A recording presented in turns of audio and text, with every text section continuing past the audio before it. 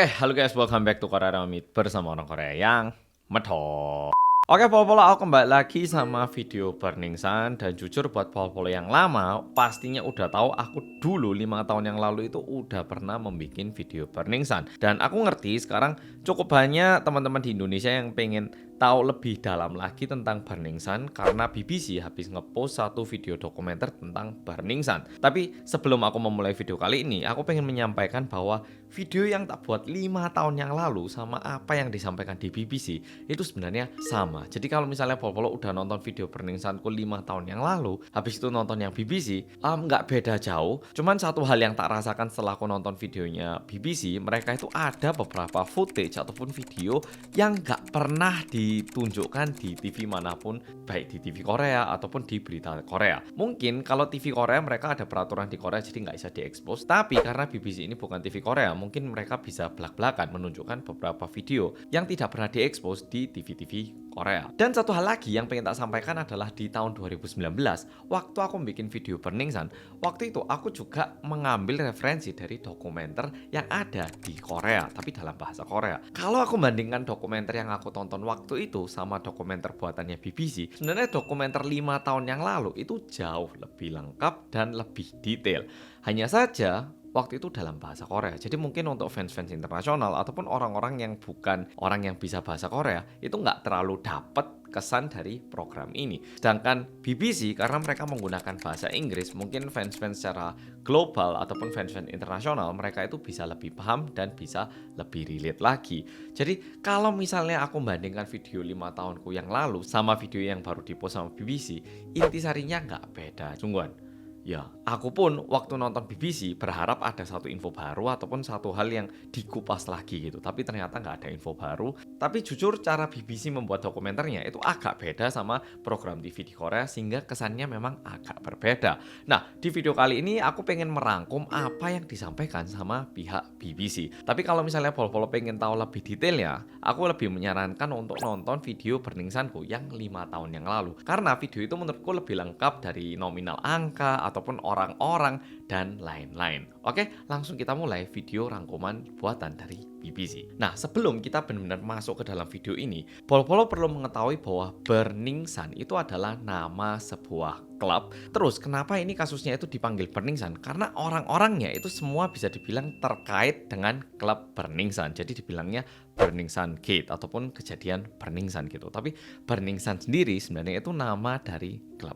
Oke. Dan melalui kejadiannya Burning Sun ini ada 3 orang yang paling sering disebut. Yang pertama adalah Seungri dari Big Bang, yang kedua adalah Choi Jong-un, sama satu lagi adalah Jong Junyoung. Sekarang mari kita mulai dari Jong Junyoung. Jong Junyoung itu orangnya yang ini. Buat yang mau cari tahu lebih lanjut Jong Junyoung itu orang apa, dulunya ngapain, bisa di search di Google. Jong Junyoung ini dulunya adalah seorang penyanyi, ya seorang artis gitu. Nah, di tahun 2016 dia itu punya pacar perempuan. Dan semuanya ini berawal mula dari sebuah hal yang disebut dengan molka.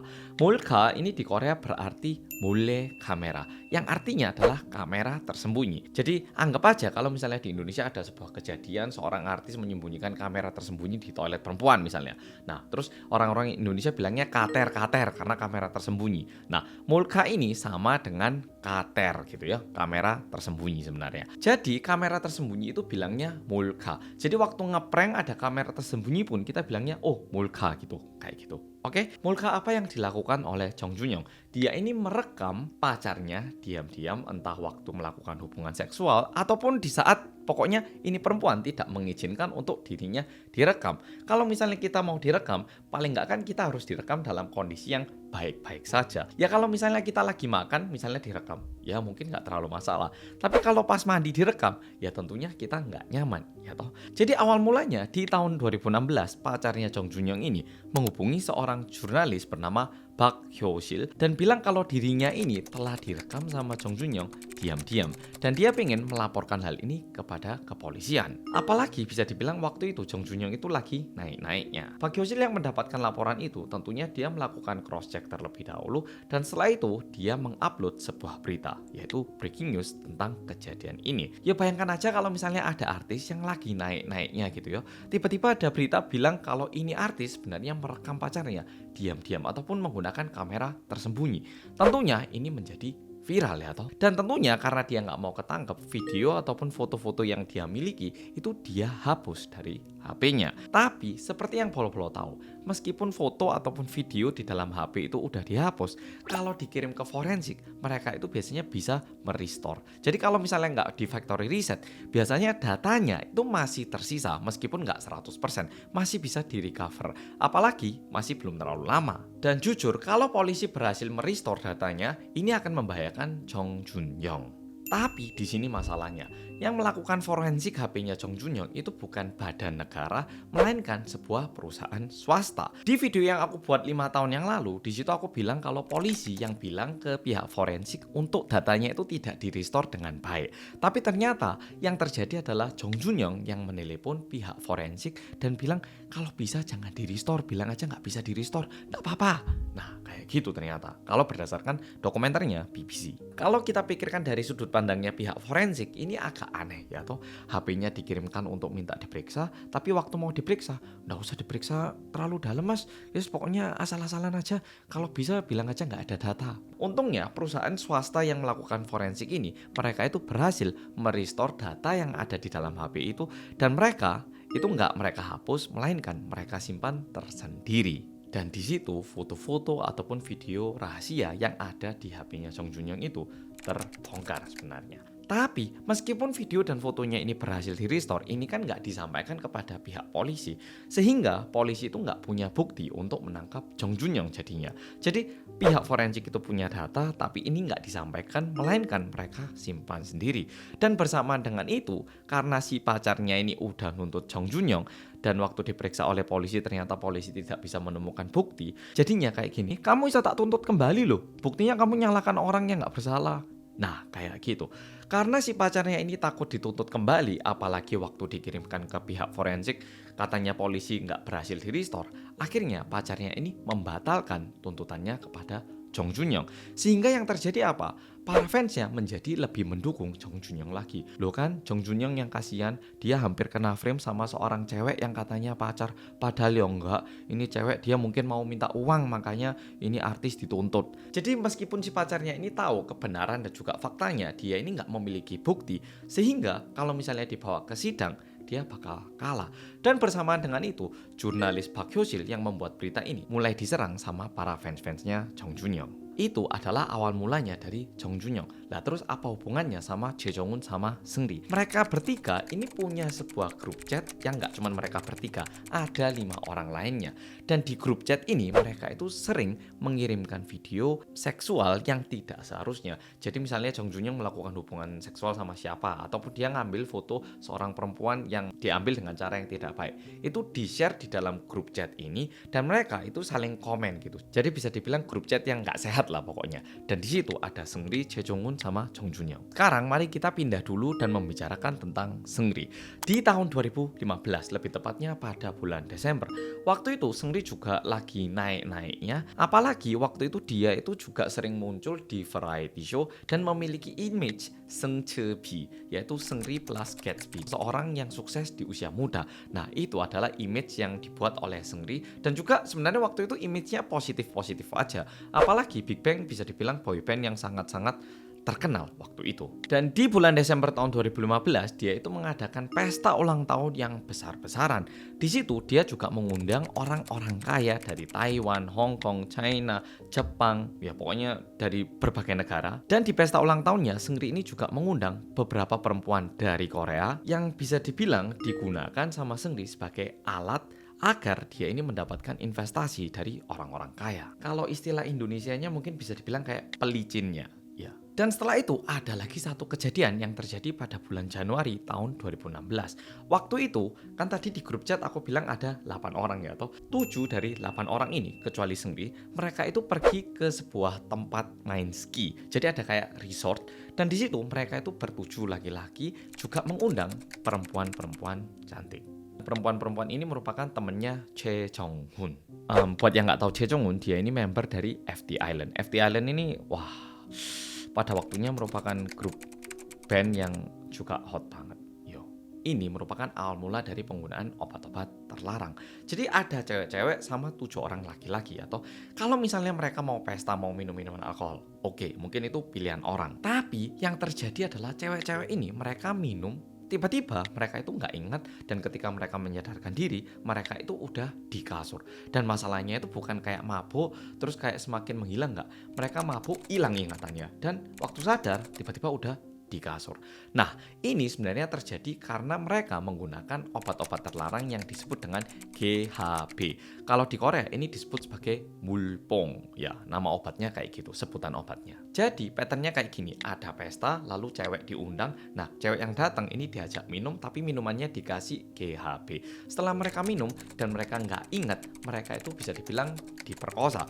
Nah, diperkosa di sini mungkin kesannya agak beda karena mereka itu memang nggak diajak secara paksa, tapi seseorang itu diajak melakukan hubungan seksual tanpa persetujuan mereka. Udah gitu, itu direkam dan di-share di grup chat mereka. Dan waktu si cewek bangun, mereka itu sama sekali nggak ingat, sehingga bisa digaslight. Loh, kemarin malam kamu lo yang mau. Kayak gitu. Jadi bisa dibilang di satu pesta, mereka itu menggunakan obat terlarang, habis gitu mereka memperkosa dan juga membuat video pornografi. 3 hal ini bersamaan. Dan di bulan Desember tahun 2017, lagi-lagi Seungri membuka pesta ulang tahunnya di Filipina di Pulau Palawan, yaitu dengan cara membawa cewek-cewek cantik dari Korea untuk digunakan sebagai pelicin agar para investor itu menginvestasikan uang kepada Seungri. Dan akhirnya pada tanggal 23 Februari tahun 2018, klub bernama Burning Sun itu dibuka. Nah, sekarang kita membicarakan klub. Jujur aku kayaknya waktu di Singapura pernah ke klub 2 kali, terus di Surabaya pernah ke klub sekali tahun 2014-an kayak gitu. Tapi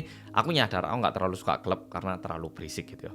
Tapi jujur, waktu cowok-cowok ke klub itu pasti mikir, di klubnya banyak nggak sih cewek cantik? Kalau misalnya isinya cowok semua, pasti agak mengecewakan ya toh. Nah, sama. Klub-klub di Gangnam ataupun klub-klub di Korea, biasanya mereka itu berlomba-lomba klub mana yang dipenuhi sama cewek-cewek cantik. Sehingga lumayan umum kalau misalnya cewek cantik itu masuknya gratis ataupun ya kayak dipersilakan masuk tanpa membayar gitu. Masalahnya, Burning Sun ini agak berbeda dengan klub-klub lain.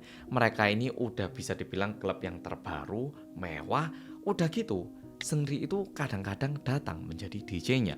Jadi cewek-cewek cantik itu banyak banget yang datang ke Burning Sun. Dan tentunya ini berdampak di omsetnya Burning Sun. Sampai-sampai di tahun itu Burning Sun menjadi klub yang mendapatkan omset tertinggi. Dan buat pol-polo yang udah nonton dokumenternya BBC, di situ salah satu staff yang pernah kerja di Burning Sun bilang kayak gini. Tamu-tamu yang datang ke sana kan orang yang bener-bener kaya banget. Mereka itu sekali datang bisa menghabiskan uang 1 M ataupun kayak puluhan juta, ratusan juta. Dan tentunya waktu mereka mengeluarkan uang sebesar itu, mereka juga mengharapkan timbal balik yang setimpal. Sama toh, kalau misalnya kita ke warung minta nasi sama rawon, ya nasi sama rawon. Tapi kalau kita pesen rawon di hotel, ada pelayanannya nasi, rawon, terus ada apinya, jeruk, nipisnya gimana. Kan pastinya agak lebih mewah ya toh. Sama, ternyata Burning Sun juga memberikan yang lebih dibandingkan tempat-tempat lain. Salah satu hal yang mereka lakukan adalah tamu-tamu VVIP-nya itu bisa dibilang bisa minta cewek kepada para staffnya. Mereka bilang, kirimkan cewek yang cantik gitu. Nah, staffnya ini akan mencarikan cewek yang cantik dengan cara memfoto diam-diam, ini dikirimkan kepada tamu VVIP, dan kalau mereka suka, ceweknya ini dikirim ke ruang VVIP kayak gitu. Jadi bisa dibilang tamu VVIP itu datang untuk minum dan bisa milih cewek. Tapi cewek yang dimaksud di sini itu bukan cewek yang dibayar untuk apa kalau di Indonesia bilangnya apa LC ya gitu, itu bukan. Ini benar-benar tamu cewek biasa yang bisa dipilih secara paksa.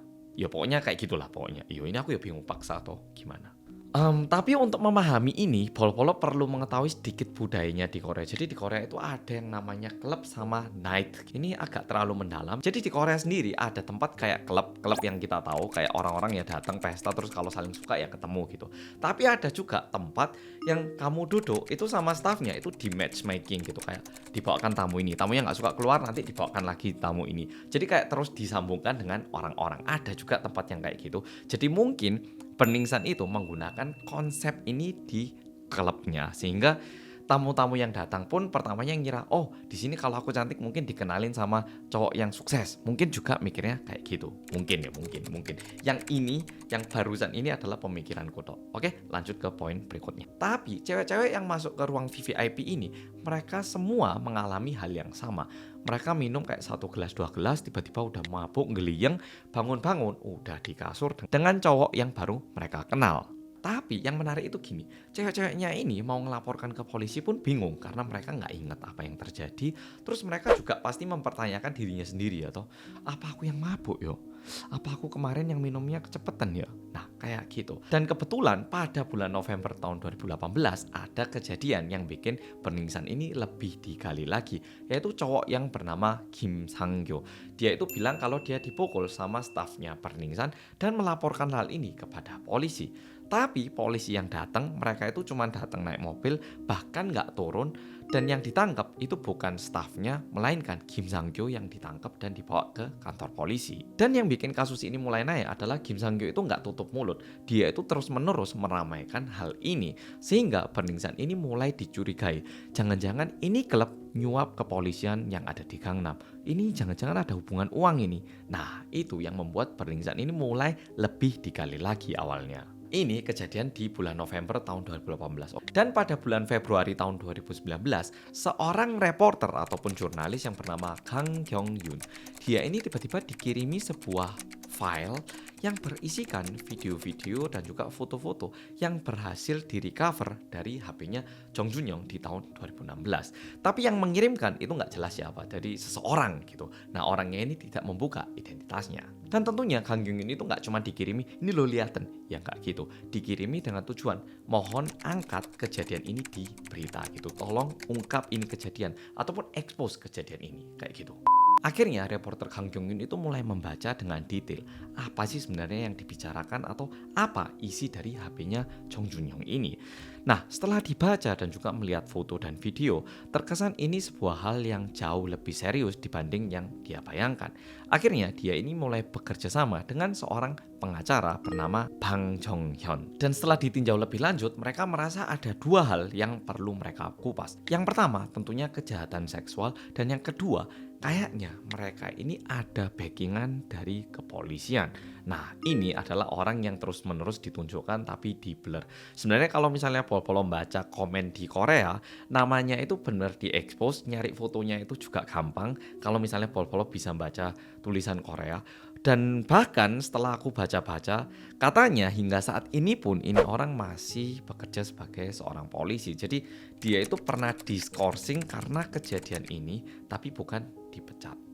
Yo, ini yang lebih mengejutkan lagi. Dan tentunya jabatannya lumayan tinggi. Ini orang pernah kerja di kepolisian dan juga bekerja di istana kepresidenan. Ya, jadi lumayan tinggi. Nah, sebelum kita lanjut, kita rangkum dulu. Di sini kita rangkum dulu. Seungri membuat klub bernama Burning Sun bersama dengan partnernya. Kebetulan ada seorang tamu bernama Kim Sang-gyo yang kesana lalu dipukul sama staff di Burning Sun, dan waktu dia laporkan polisi, malah Kim Sang-gyo-nya yang ditangkap sama polisi. Bersamaan dengan itu, seorang reporter yang bernama Kang Kyung-yoon, dia ini mendapatkan laporan dan juga bukti chat dari HP-nya Jong Jun-young di tahun 2016, dan di dalam chatnya itu ada Seungri, Chae Jong-un dan juga Jong Jun-young yang isinya itu penuh dengan pelecehan seksual. Dan bersamaan dengan itu muncul beberapa perempuan yang bilang kalau mereka itu pernah ke Burning Sun dan mabuknya itu agak berbeda dengan mabuk di klub-klub lain.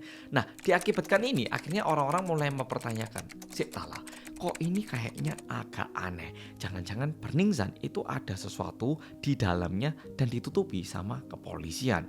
Kayak gitu. Akhirnya pada tanggal 27 Februari tahun 2019 isi chatnya ini dipublikasikan, dan diakibatkan ini Seungri dipanggil untuk pemeriksaan. Dan waktu dia dipanggil ke pemeriksaan, Seungri bilang bahwa dia akan menjalani pemeriksaan sebaik mungkin. Dan sampai sini sebenarnya masih terbagi menjadi dua kubu. Ada orang yang percaya, ada orang yang masih membela Seungri. Di sini sedikit tambahan dari aku, dan di waktu ini aku inget tiba-tiba di Indonesia itu ada perkumpulan kayak fans yang bilang kalau mereka itu masih dukung Seungri gitu. Nah, sehingga ini dihujat lebih lagi, kayak di Korea itu diberitakan bahwa fans-fans Indonesia masih mendukung Seungri. Langsung komennya kayak, "Wah, wah, wis Seungri kamu hidup di Indonesia." Kayak gitu. Waktu itu kejadiannya kayak gitu. Oke, bukannya merendahkan tapi aku menyampaikan apa yang terjadi. Sehingga waktu itu aku ngerasa kayak, wah, ini kayaknya perlu tak sampaikan ke Indonesia biar teman-teman di Indonesia itu tahu apa yang lagi rame di Korea. Oke, kita lanjut lagi. Tapi untuk mengupas lebih dalam lagi kejadian ini, reporter Kang Jong-hyun dan juga pengacara Bang Jong-hyun itu perlu cari tahu siapa sih polisi yang membantu Burning Sun ini. Dan untuk mencari tahu, mereka itu mikir siapa yang bisa bantu kita. Dan kebetulan ada seorang artis perempuan bernama Gu Hara. Ya, sekarang udah meninggal. Gu Hara kebetulan merupakan teman dekatnya dari Choi Jong-un. Sehingga reporternya ini minta tolong, bisa nggak sih bantu kita untuk cari tahu siapa sih polisi kenalan mereka gitu.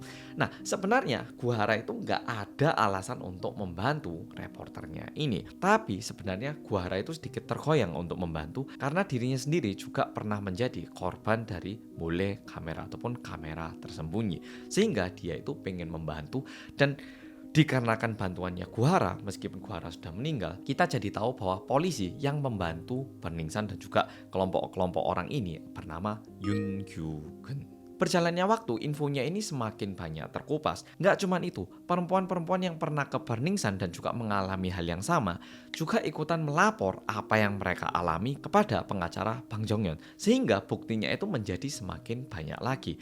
Dikarenakan itu, akhirnya 3 orang artis ini mulai dihujat dan mulai turun. Nah, di sini ada satu hal lagi yang disampaikan oleh BBC yang dulu itu aku nggak pernah baca, yaitu katanya di bulan Maret tahun 2016, Jong Jun-young ini pernah melakukan fan meeting di Daegu. Satu hal yang mengagetkan adalah 1 hari sebelum fan meetingnya, Jong Jun-young ini melakukan hal yang biasanya dia lakukan, yaitu mengundang cewek, kasih minum, lalu dia perkosa. Namun tidak sendiri, dia perkosa bersama dengan Jae Jong-un, kayak gantian gitu. Dan besoknya seolah-olah kayak tidak ada suatu hal yang terjadi, dia melakukan fan meeting. Jadi cewek-cewek yang pernah mengalami hal-hal seperti ini di masa lampau, mereka itu setelah melihat berita akhirnya mulai ngumpul dan bersatu di belakangnya pengacara Bang Jong-hyun. Dan ini merupakan chattingan yang ditunjukkan oleh BBC untuk menunjukkan apa isi ataupun konteks pembicaraan di grup chat itu. Dan tentunya ini memberikan rasa kecewa yang luar biasa kepada para fansnya. Apalagi fans dari 3 artis ini mayoritas adalah perempuan. Dan mereka jadi tahu bahwa artis yang mereka suka ini memperlakukan perempuan seperti ini.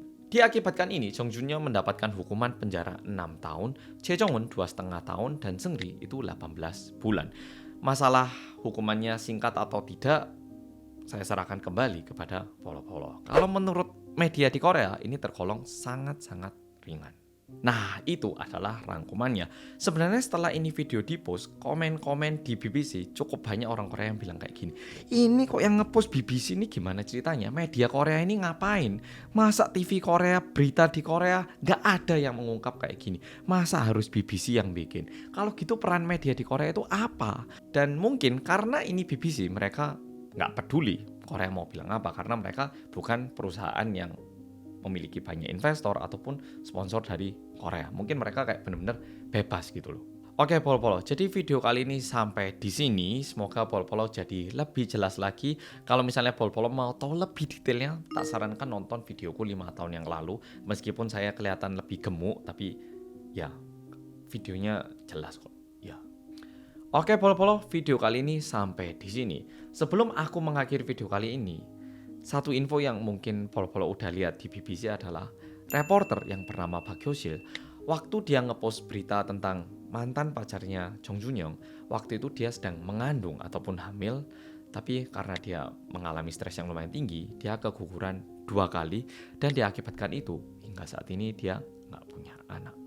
Dan dia bilang, saya ngerti, mungkin banyak orang pengen saya berhenti, tapi kalau saya berhenti, kayaknya itu terlalu bagus untuk mereka. Dan karena itu, saya nggak pengen berhenti. Dan jujur, aku ikut menyayangkan apa yang terjadi kepada reporter Park Hyo-sil ini.